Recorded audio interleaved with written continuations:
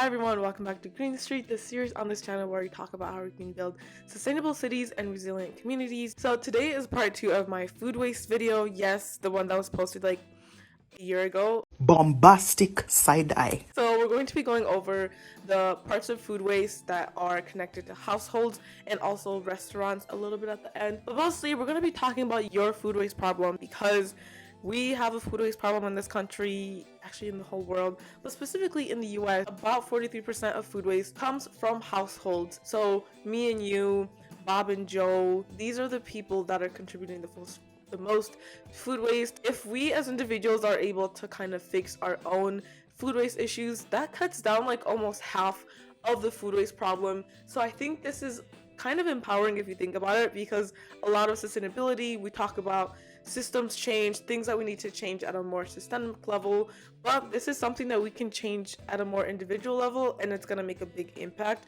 because obviously food production is a big part of energy usage. So if we can kind of reduce how much food we have to create in the first place, it's going to make a big impact.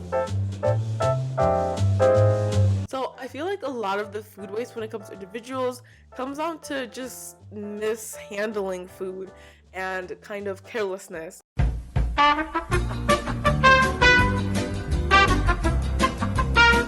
Anyways, so a lot of the food waste when it comes to individuals comes down to just mishandling food and being careless with this. So if we can change our habits around how we handle food, we can do a better job at making sure less of it goes to waste. Another kind of area of food waste is when it comes to your fridge. I think this is a major one because sometimes you just leave things in there for too long. Another way that food ends up getting wasted is when people don't understand the best by or use by date.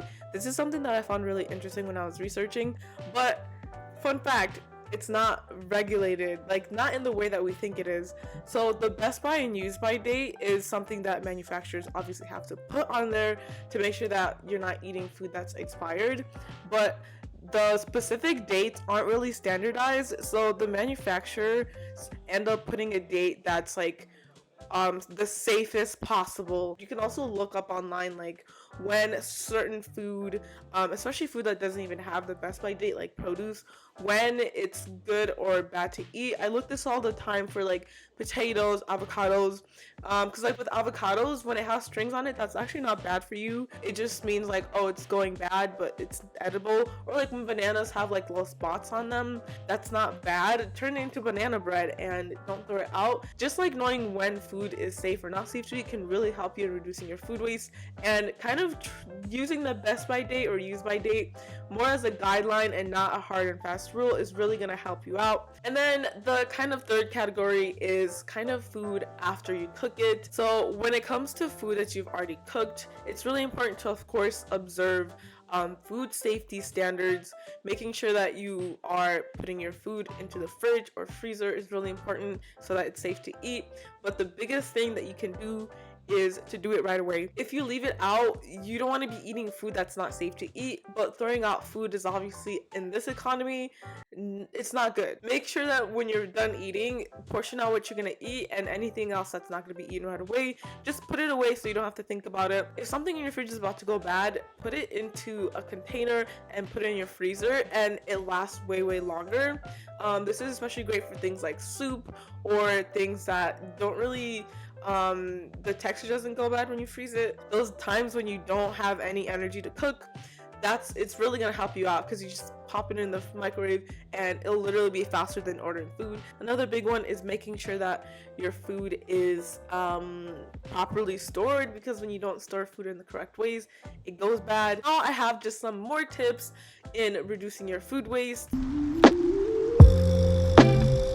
I know this video has so many different things, and you can just kind of take what you need, maybe take some notes and then just implement things as you go, because you don't have to do all of this at once, because that will get exhausting and you will burn out very quickly. So the first one, the biggest one, and probably the one most people need to just follow, and it will reduce the most food waste, is to buy less food. Just buy less food. And this just is kind of all encompassing for most things when it comes to being a more sustainable individual, is to just buy less. I know this can be hard sometimes for people who aren't able to go grocery shopping as as frequently, because if you're only going once a week, you have to buy a whole week's worth. Take what you can, do your best, but try not to buy too much at once because it will go to waste. And once again, just remember how much money you're wasting when you throw away the 2 bananas you weren't able to eat in time. So just think about that. Actually, never throw out bananas. Put it into banana bread, like I said before. The second one is when you're shopping for food, look out for the little guys, look out for like the individual bananas, the things that come in a dented box. Like if you see a box of pasta with a little dent in it, buy it, because a lot of people will actually pass over it because of the dent, but the food is still safe to eat. If you find something expired, definitely don't buy it. But if you do find something that is just kind of a cosmetic imperfection, buy it so that it kind of gets used, because once again, those are the ones that end up being left at the store and get thrown out. So that's just another way that you can help reduce food waste. Another great way that is pretty easy is to use things like imperfect foods or too good to go. They're two different things, actually. I don't know why I put these two together, but imperfect foods is basically like a subscription, kind of like HelloFresh, but you get produce that is just ugly. It's just ugly. Like, it's fine to eat. Just like I said earlier with buying food at the grocery store that's ugly, a lot of the food that doesn't end up making it to the store was kind of passed over because it had, like, I don't know, like a scratch on it or something, and it ended up not being picked. So pick me. Choose me. Love me. Sometimes they just make too much of it, and that ends up not being able to get sent to the store. And so Imperfect Foods basically steps in and redistributes this food, and you can just pay for a subscription and then you get produce. And then Too Good To Go is an app where you get like dairy products, like things that would be expired, not are expired, are basically like about to be expired, or kind of similar to Imperfect Foods, just things that a grocery store would have thrown out, but they just resell it at like a lower price. Another one is buying minimal plastic or minimal packaging in general. Once again, this is a tip for people who can even like take the time to think about their packaging when buying for food and not consider price, but this is just a good tip to reduce your consumption of unnecessary packaging. And then another good one is to shop seasonally and shop local. The reason being, things that aren't seasonal ends up basically, if something isn't seasonal to where you are, the chances are of it being basically grown on the other side of the world is just a lot higher, and because of that, it ends up just using a lot of energy just to bring you strawberries in the middle of, I don't know when strawberries are in season. It had to be like grown, shipped to you in like refrigeration, and it just takes a lot of energy to get to you. So when you shop local and you shop seasonal, you're reducing the chances of that happening, so you're kind of reducing the kind of invisible waste when it comes to food waste, and I think that's really cool. So another thing that has always helped me a lot when it comes to food waste is looking in your fridge before you go grocery shopping. Also writing a list, because then you're kind of more prepared on what you're gonna buy. But looking in your fridge is great because, one, you can see what is kind of about to go bad, so you can eat that and also not buy more of it. Like if you already have 10 apples in your fridge, don't go out and buy 10 more. And then another great way to reduce food waste is to buy things to use up what you already have. So if you have an avocado that's about to go bad and you're going grocery shopping, pick up some things that you can create a meal out of it that night so that you can get rid of that avocado. So another great tip that has really helped with my family when I'm back home is cleaning out your fridge. It helps so much because oftentimes things get stuck in the back of the fridge. You don't even realize it's back there, and it might not even be something that expires really quickly. Let's say like ketchup.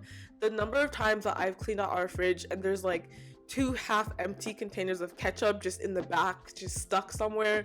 Or in general, when your fridge is really like crowded with a lot of things expired or not expired, things end up expiring even more, because then you'll put like a container of like pasta behind something and then you'll forget it, and then you'll add something else and then it'll get shuffled. Just keeping your fridge clean is just great for making sure that you can see what you have and you're using up things before they go to waste and before they kind of get lost in just like your whole fridge. And then my final tips that I have just have to do with food scraps and how you can kind of reduce the waste in that way.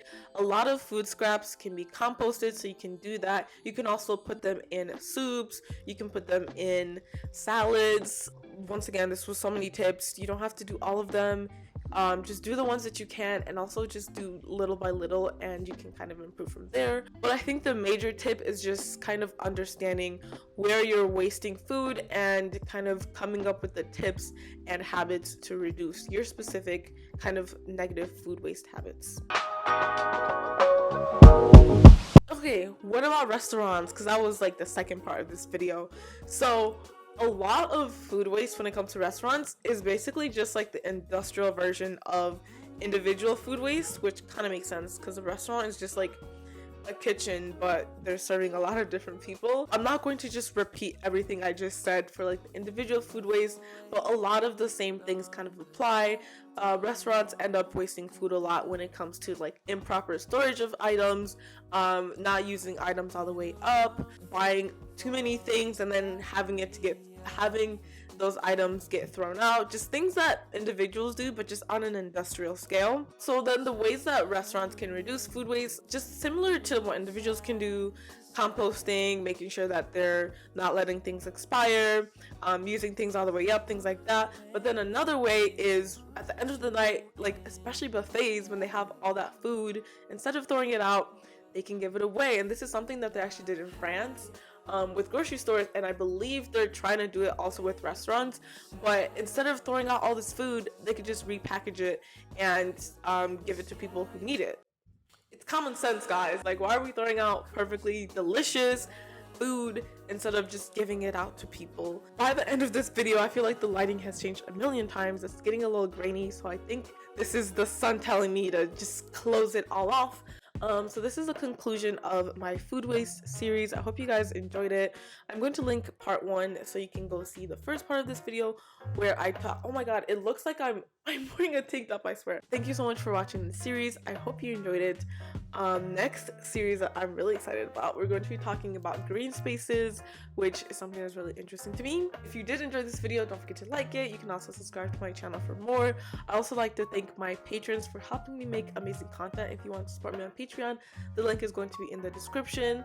That being said, also my socials linked in the description as well. Thank you so much for watching, and I'll see you in my next video. Bye!